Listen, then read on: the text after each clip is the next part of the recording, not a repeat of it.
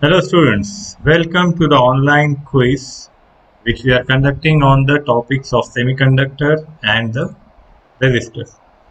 So in last session we have seen the demo of the conduction of quiz.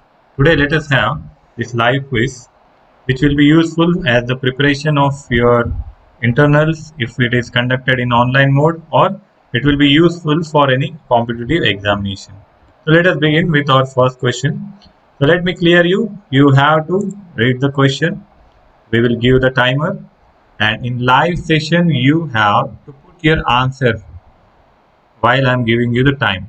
So in the same time you have to upload the answer, and no one should copy and paste the answer, right? Why we are conducting this quiz? So that you should think about the answers, you should think about the topics. So I hope no one will just copy paste of the answers, but you will apply your own mind. So this first question is: a semiconductor is formed by dash dash bonds. The first option is covalent, second is electrovalent, coordinate, or none of the above. So your time starts now. While putting the answers, you have to just write your roll number. You can copy the roll number, and then you can write the answer or answer number. Like if you want to go for covalent, you should write 1. If you want to go for electrovalent, you should go for 2. So now 6, 7, 8, 9, 10. Your time is up. We'll go to next question. The answer is covalent. Is a semiconductor has dash dash System. temperature coefficient of resistance. Either it is positive, negative, or none of them, or zero. You have to think about it. So the hint here is the semiconductors, if they get heat, they release the electrons. So your timer starts now. 3, 4, 5, 9 and 10. The answer is negative. Semiconductors are negative temperature coefficient of resistance. The most commonly used semiconductor is germanium, silicon, carbon and sulfur. So you have to choose the semiconductor, because how we choose which one is most commonly used based on the availability. The semiconductor which is easily available, abundantly available, and if it is easily available, it cost reduces. So we go for the one which is widely available. So what is your answer for this? So your time ends now. The answer is silicon. Silicon is most commonly used semiconductor. Most of the devices are made by using silicon as a material. Those who are typing only number, I can see there, they should type the answers. Only putting number will not give you the attendance. This section is for, will give you 2 hours attendance, but you have to answer all the questions in given time slot only. So be careful. uh, CRs, or if someone is uh, any one of you can put message in your unofficial group and ask everyone to join and participate in the quiz, and they can answer. So they have to answer in the given slot only. All the answers will be verified, and based on that only you will get 2 hours attendance. So let us move to next question. Next question is: a semiconductor has generally dash dash valence electron. How many valence electrons? Where do we have valence electrons? In the outermost shell of the atom. In the outermost shell of atom, there is a fixed number of electrons rotating. So what is that particular valence electron number for semiconductor? Either it is silicon or germanium. Both of them have same. So your timer starts now. You have, for this question we can give less time. So your time ends now. The answer is 4. 4 is the valence electron number for silicon as well as germanium. Let us move to next question. The next question is: the resistivity of pure germanium under standard conditions is about. So what is the resistivity? This is some table we have given in the beginnings introduction videos. While going for any objective examination, you have to prepare in such a way that you have to think which type of questions will appear. So value based questions appear normally in the examination. So I'm not expecting exact correct value at this stage, but you should think in this way while preparing for the objective type questions, that which type of questions may be asked while reading in the book. You have to remember the values also. So for this particular question, your time ends now. The answer is 60. Pure germanium resistivity is 60. So you have to remember this value. It is 60 ohm cent per centimeter. Okay, the next question, the resistivity of a pure silicon is about. It is 100, 6000, 3 into 10 to the power 5, or 6 into 10 to the power minus 8 ohm meter or centimeter. Your time starts now. In 10 seconds even you can watch it. You can refer some videos while giving answers. You can keep playing the video of the PN junction diodes. I hope everyone has practiced or seen the video at least once. The correct answer is 6000 ohm centimeter. That is the resistivity. Resistivity is the value, the amount. That amount is required, that amount which opposes the current. That is nothing but the resistivity. So this is the resistivity value. Now next, when a pure semiconductor is heated, the resistance, its resistance is, what happens with the resistance, whether it goes up, it goes down, it remains same, or can't say. Your time starts now. So the hint is, again, when we give heat to the semiconductors, they release electrons, and electrons are nothing but the particles which are involved in the flow of current. So if your current is increasing, what should happen with the resistance, whether it should increase or decrease? The correct answer is, it goes down. If your current is increasing, that means resistance is decreasing. Resistance is always opposite to the current. Right, the next question is, the strength of a semiconductor crystal comes from. Let me type the message for the students who are lately joining or just copy and pasting the answers. The strength of a semiconductor crystal comes from dash dash. The options are forces between nuclei, forces between protons, electron pair bonds, or none of the above. Your timer, let us start from 1. The strength of a semiconductor crystal, how they get the strength, how they are bonded with each other, what are the forces, which is the thing which keep these all electrons and other things attached with each other. So what is the answer? The answer is the forces between protons. It is the forces between protons which give the strength of a semiconductor crystal to the crystal. The next question is, when a pentavalent impurity is added to a semiconductor, it becomes. When we add impurities, we call that process as doping. And when we add this impurity to semiconductor, they become a specific type of semiconductors. Pentavalent, if it is added, then what happens with that semiconductor? Either it becomes insulator, intrinsic semiconductor, p-type, or n-type. Your time starts now. This is very basic and important question. So for hint, pentavalent impurity have 5 valence electrons in the outermost shell, and semiconductor have 4 valence electrons. When these 5 are added to those 4, what happens? Whether we get excess number of electrons or holes. Are we adding electrons? If we are adding electrons, it will become negative type. If we are adding more holes, it will become positive type. So what is excess charge on electron? You have to think.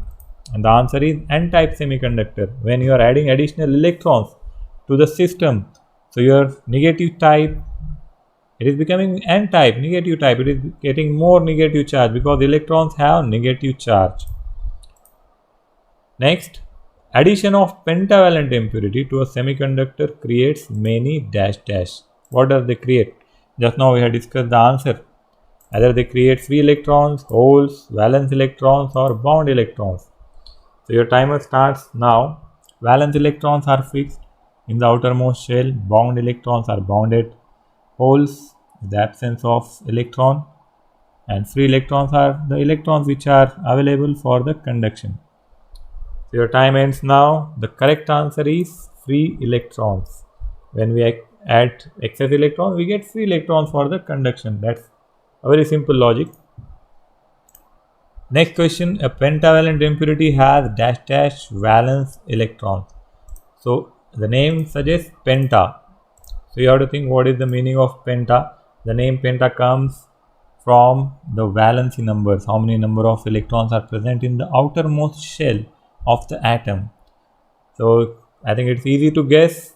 Your time ends now and the answer is 5. There are 5. Penta stands for 5 and there are 5 valence electrons. The next, in an n-type semiconductor is positively charged, negatively charged, electrically neutral or none of the above. In this part of our discussion, we are discussing for a while. In n-type semiconductor, N stands for which type of semiconductor? Positive, negative, neutral or none? I think it's very easy to answer. So your time ends now. The answer is negatively charged particles. Okay, there I think there is some mistake in this clicking. So let me fix the answer. So we will change it. The answer should be negatively charged particles.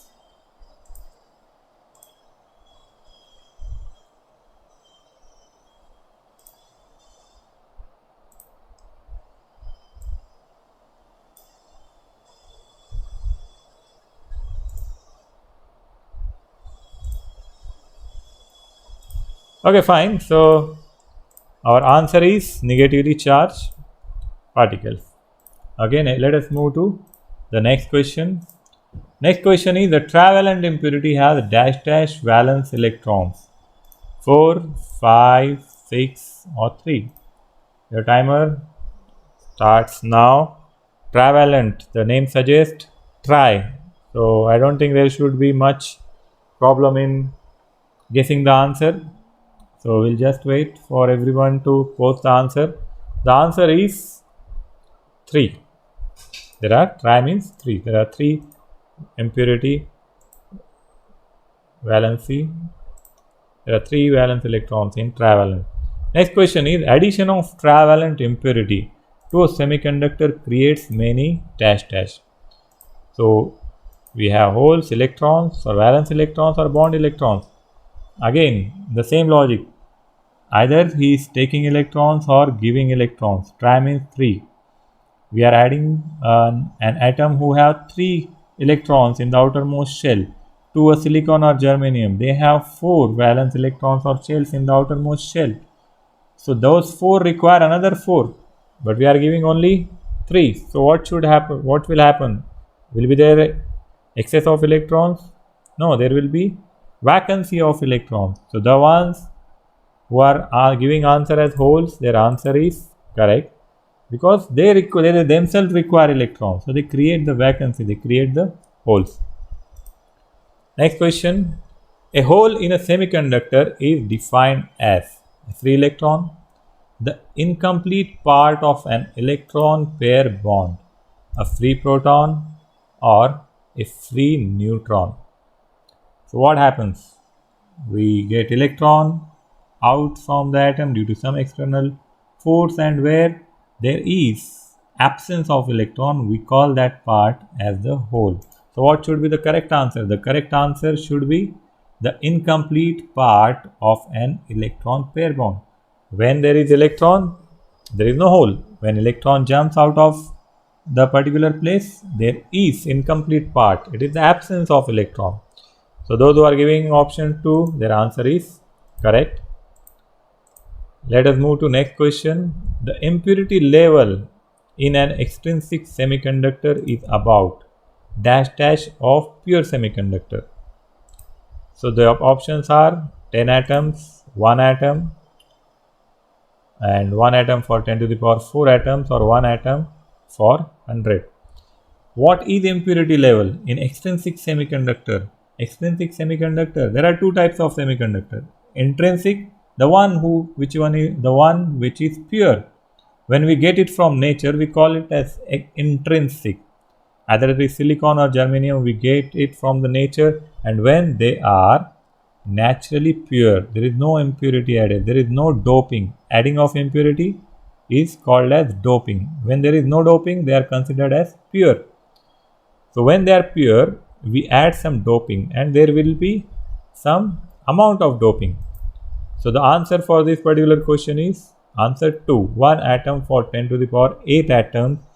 That means for 10 to the power 8 atoms of say silicon, we are adding 1 atom of say pentavalent or trivalent impurity. Impurity may be pentavalent or trivalent.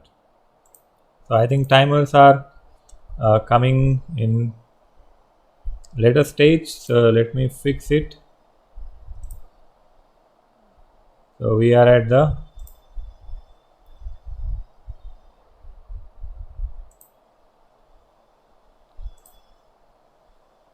here.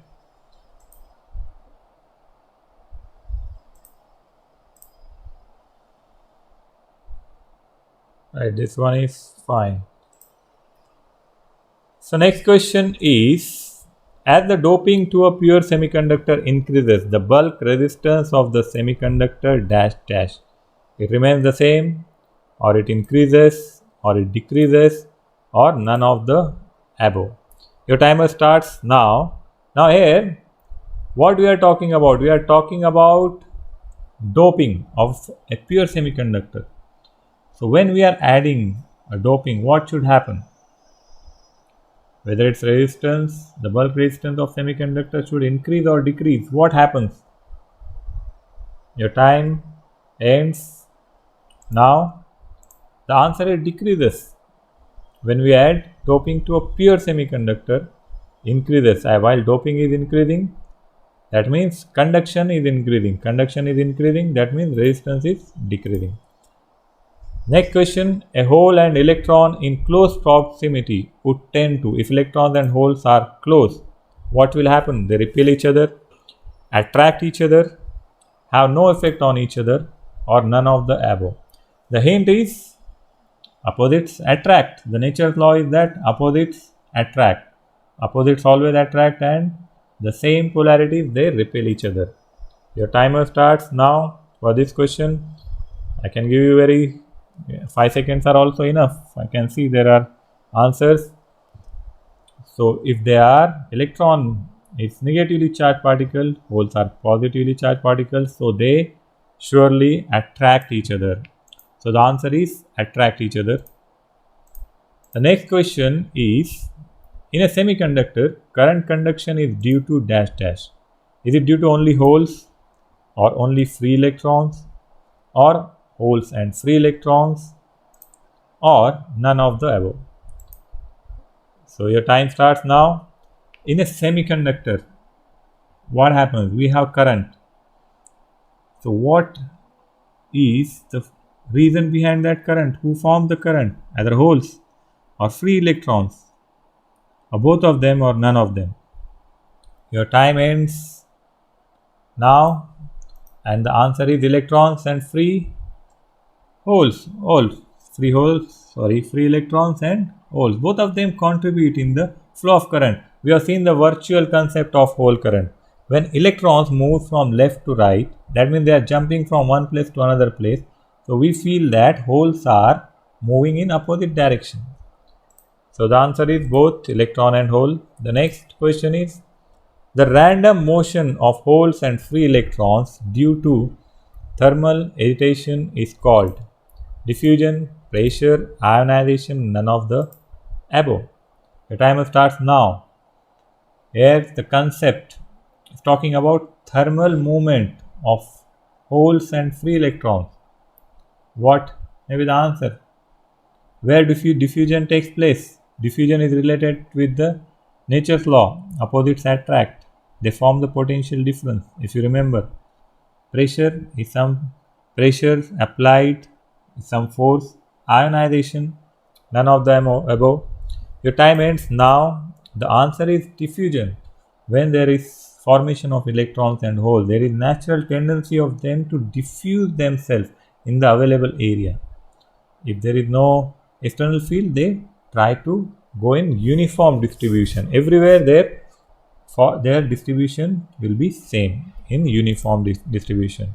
So the spreading of electrons and holes is called as diffusion. Next question. A forward bias PN junction diode has a resistance of the order of, either it is in ohms, kilo ohms, mega ohms, or none of the above. Your timer starts now. So if you have seen the lab sessions, we have seen the hardware lab session, and we have also seen the IIT software simulation. While taking these values, if you can remember what was the level of resistance in forward bias. Forward bias means when it is on. In on condition, what happens? You have to guess the answer. So what should be the answer? So your timer ends now. The answer is ohms. The value is in terms of ohms. So let us move to next question. Next question is the battery connection required to forward bias a PN junction are positive terminal to P and negative terminal to N, then negative terminal to P and positive terminal to N, or negative terminal to P and negative terminal to N, or none of the above. So if you have seen the PN junction diode and our recent classes, it's very easy question to answer. When it becomes forward bias means on. Either we should connect P type to positive, that is P, or negative to negative type N. How shall we connect it? Your time ends now. The answer is positive connected to P type and negative connected to N type. You can remember it like P to P and N to N for making it forward bias. So what should happen for making it reverse bias? It should be opposite. So the barrier voltage at a PN junction for germanium is about, what is the barrier potential? Either it is 5 volt, 2 volt, 0, or around 3 volt. So we have discussed about the barrier voltage. The barrier potential is something which is created due to the movement of electrons and holes. Here we have some correction. These values we will write in terms of say point. So this is 0 point. This is also 0 point, and this one is also 0 point. So what is your answer? 0.5, 0.2, 0, or 0.3? For silicon it is 0.7. So now we are talking about germanium. What should be the answer? Yes, the answer is 0.3 volt, right? Next question is, in the depletion region of PN junction, there is a shortage of dash dash. In PN junction for depletion region, what are the shortages? Acceptor ions, holes and electrons, donor ions, or none of the above. Your time starts now. In depletion region that is created around the junction. What is junction?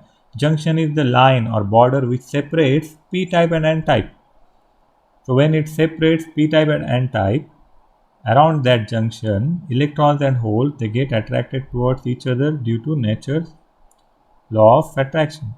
Then they become immobile ions. So what is the shortage there? The time ends now. The answer is holes and electrons. When it is a depletion region, they become like a wall and they become the ions, immobile ions. They stop the further movement of electrons and hole movement. You can watch it in the semiconductor part 1, 2 and p-n junctions. So there are no electrons and holes in the depletion region.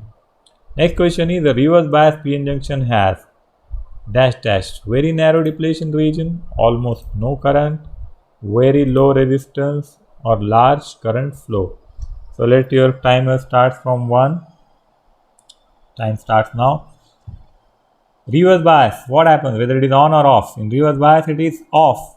When it is off, when it is on, there should not be any depletion region. The circuit will break the depletion region and start flowing. What happens when it is reverse bias? In reverse bias it is off. So what should happen with the depletion layer? It should be narrow, small or large, almost no current or very low resistance.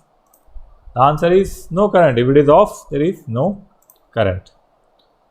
Let us move to next question. Next question is, a p-n junction acts as a dash dash control switch, bidirectional switch, unidirectional switch or none of the above. Your time starts now. p-n junction diode is, of course, it is used as a switch. But how? Can you control the switch?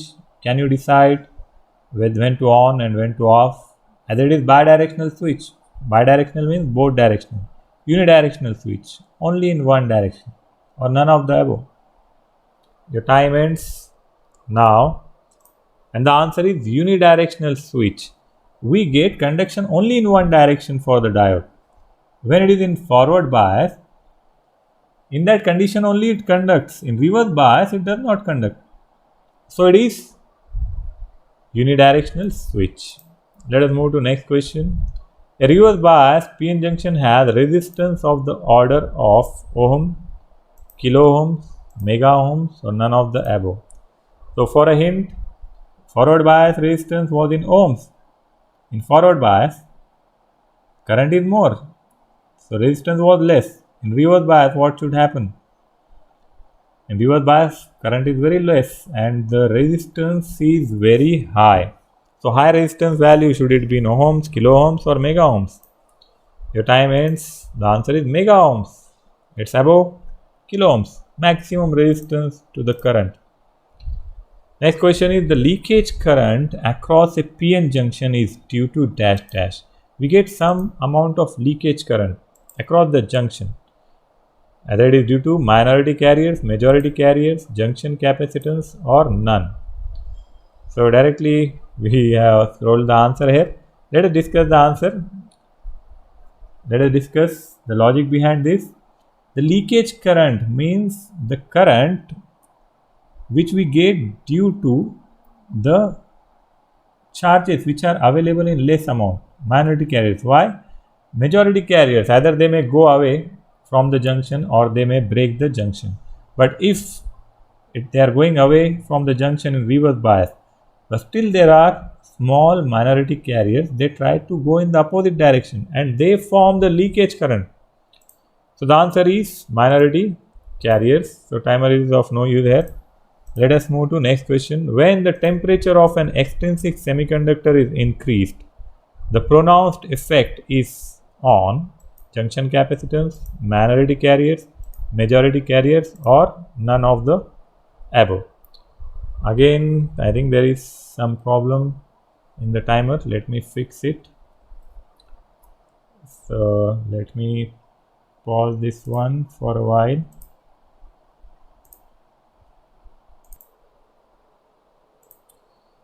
Okay, now this one is fixed.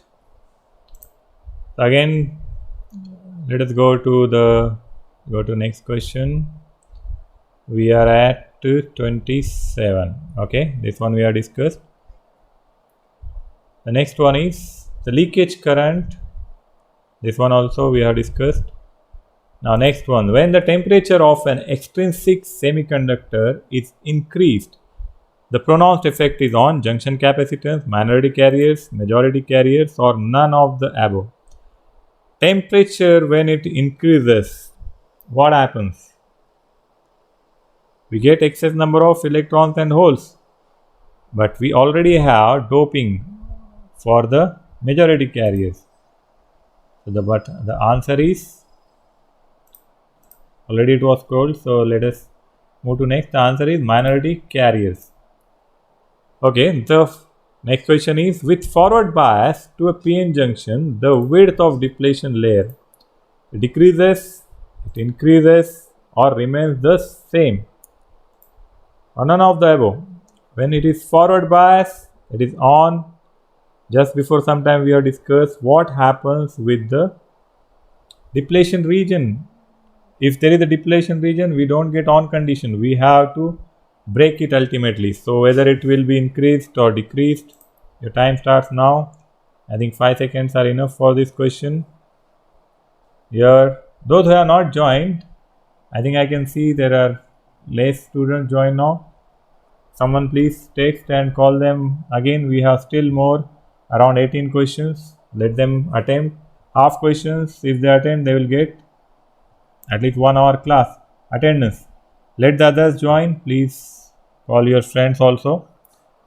So the answer is decreases. Depletion region should decrease so that we will get the conduction.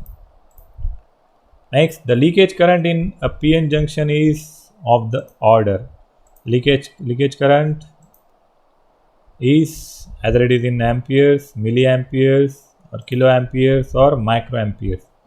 The leakage current is due to minority carriers. Minority carriers are not in much number. They are not more number. So what should be the value of leakage current? Whether it should be small or more? Your time ends now. The answer is microamperes. Very small amount of leakage current is present.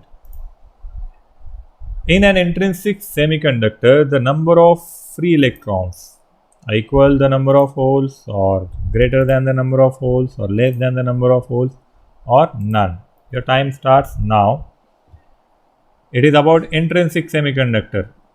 So for a hint, intrinsic semiconductor is a pure semiconductor. When we add p-type or n-type material, then only they become positive or negative. Then only there will be more electrons or holes. What should happen when it is intrinsic or pure semiconductor? Your time ends now. So the answer is equal the number of holes to the electrons. Both are same. When we add impurity, then only the number will change. But till then, the number of holes and electrons are same. So let us move to next question. Next question is, at room temperature, an intrinsic semiconductor has many holes only, a few free electrons and holes, many free electrons and holes, or no holes or free electrons. So your time starts now. 2, 3, 4, 5.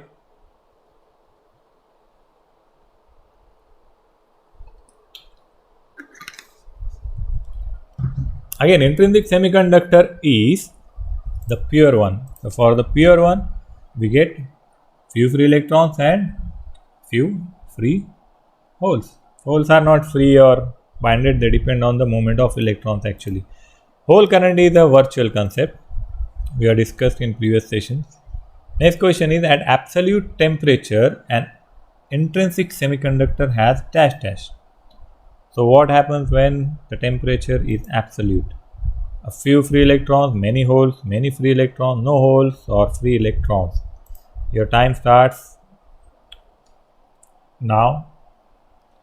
It is intrinsic semiconductor, and when temperature changes the resistance. We have discussed in the previous questions also, but this time we have intrinsic semiconductor, the pure one. Normally where number of electrons and holes are same. So what will be the effect of the absolute temperature?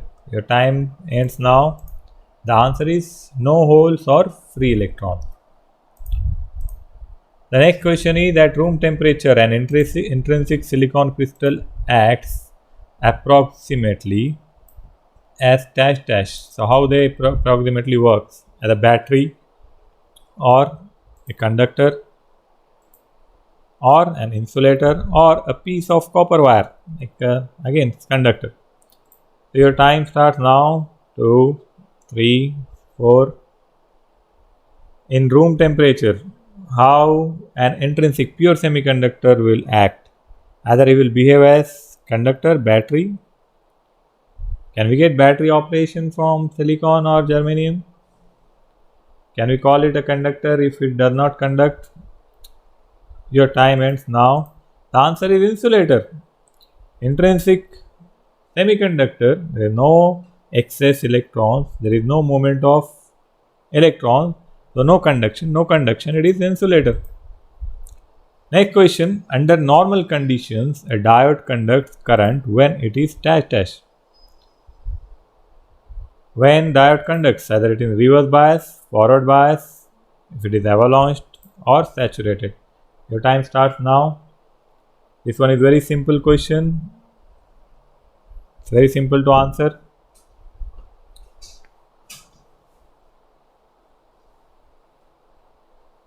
Seven, 8, 9, 10. Your time ends now. The answer is forward bias. When it is forward bias, then only it conducts. Next question is, the term bias in electronics usually means. What is meaning of biasing? The value of AC voltage in the signal, or the condition of current through a PN junction, or the value of DC voltages for the device to operate properly, or the status of the diode. So let your time start from 1. So your time starts now. In bias means when we connect the values, the voltage values at the input or output side. So what should be the answer? The value of DC voltages for the device to operate properly, or the status of the diode. Your time ends now. The answer is the value of DC voltages. What should be the input voltage? How much minimum voltage to be given to make that particular device in on condition? So that is the correct answer. The next, which of the following statements is incorrect?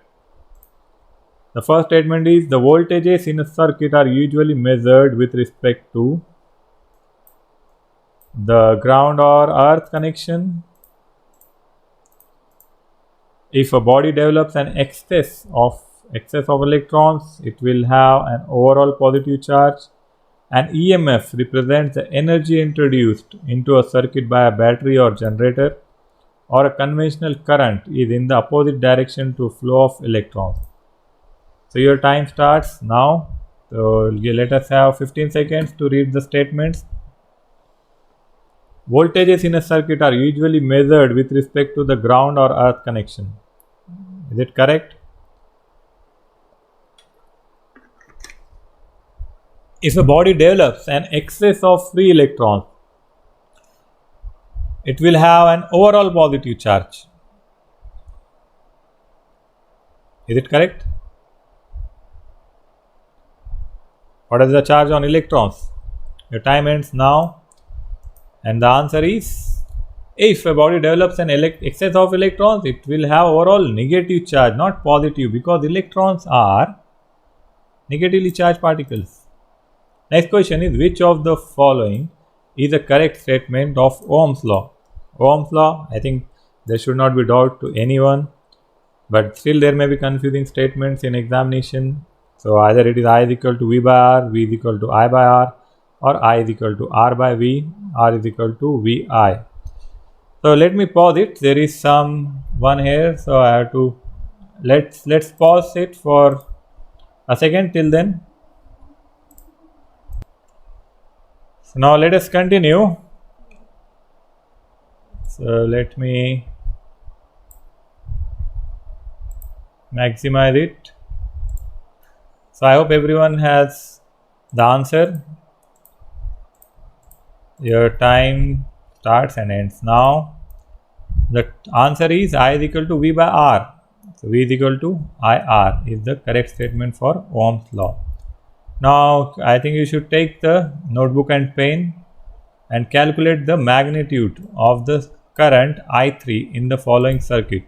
In resistance 1 and resistor videos, we have given the procedure to calculate the resistance between series and parallel. For series, it is direct calculation. Here you have to apply the formula. So your time starts now. Let us have 15-20 seconds for answering this question. Everyone solve it. Everyone should remember these formulas to calculate the resistances, the overall resistances, because while developing or designing a circuit, if you are going for a project using sensors, motherboard or any controller, then most of the time we need to decide the resistance values. What should be the resistance value? At that time, if they are in parallel, how to make equivalent resistance? We should be able to know. So once we know the resistance, we can calculate the current, equivalent current for these two. So your time ends now. The answer is -7. We have to check the directions and all those things we have discussed earlier. The second question is calculate the magnitude of the voltage V2 in the following circuit. Now this time we have to calculate the voltage in V2. What should be the V2? We know the supply voltage, electric field, it is 21. V1 is 7. What should be the value of V2? We know the basic Ohm's law, how current and voltage gets divided. So how voltage will divided here? What should be the answer? So let your timer start now.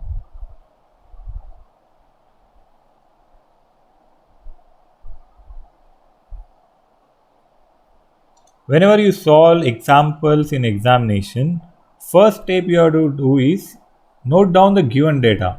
Once you note down the given data, after that you note down all the formulas related to that particular topic or whatever you remember. If you miss something, you can correlate. You can think for a while and decide it. The answer is 14 volt for this question. Let us move to next question. Calculate the magnitude of power dissipated in R3 in the following circuit. Now what is power? Power is product of voltage and current. Let your timer start now. Let us have around 15 to 20 seconds. The given values are current and resistance. Current is available, resistance is available. Can you calculate the voltage? If you have voltage and current, can you calculate the power? Yes, you can. So calculate it.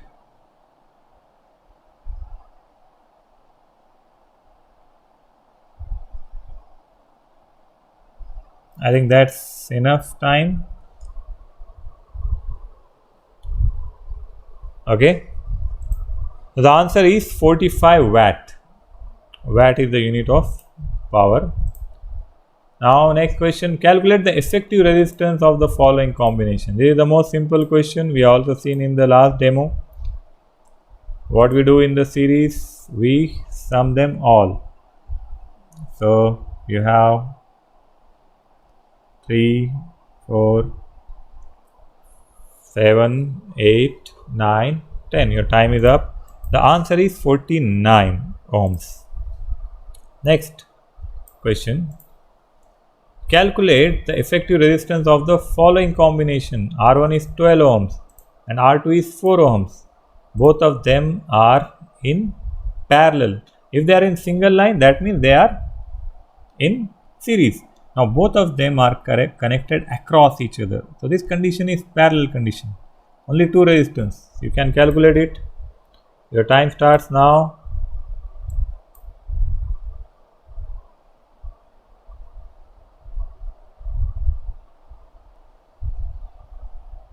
Three, 4, 5, 6, 7, 8, 9, 10. Okay, time is up. The answer is 3 ohms. So what we do, 12 to 4 by 12 plus 4 and we get the answer. Similarly here we have two resistances connected across the voltage inputs and outputs. So we have to calculate output voltage here. What should be the voltage across this output between R1 and R2? We know the resistances, we know the voltages supplied to R1 and R2. Now we have to calculate the voltage. If you have input voltage, input resistance, we can calculate the current. We can also calculate the voltage if we have the current and resistance. So your time starts now. Let us have 10 more seconds. I think few students are simply pasting the answers without giving a thought. These quizzes are meant for your benefit. You should be excited while doing quiz. You should keep searching the answers and the formulas. You should remember it, and you have to reproduce it when you are required. So the correct answer is 10 volt. Now again we have similar kind of question. So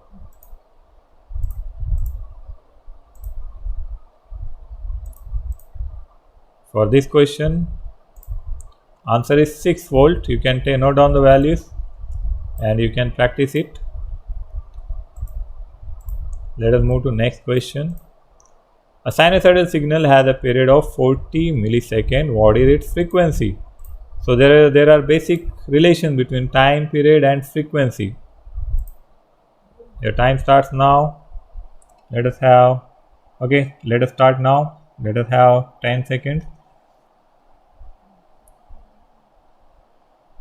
What is the relation between time period and frequency? You have to find out. So T, capital T is given. You have to find out the frequency. In 1 second, how many cycles we are getting? That is the frequency of the circuit. Okay, so the answer is 25 Hertz. The next question is again very simple. It may probably our last question of the practice. What circuit element is represented by the following circuit symbol? What is it? Either it is individual voltage source, or a battery with an output voltage, a voltmeter. So say your timer starts from 1. Your time starts now. We have discussed the symbols. What is this symbol? What this symbol stands for? Either it is voltage source or something like this. Okay, your time ends now. The answer is a voltmeter. This is a symbol of voltmeter. I hope most of you will practice this session. If we are getting online objective type examination, this will be useful as a revision for you. So have a good day. See you in the next session with some new concept.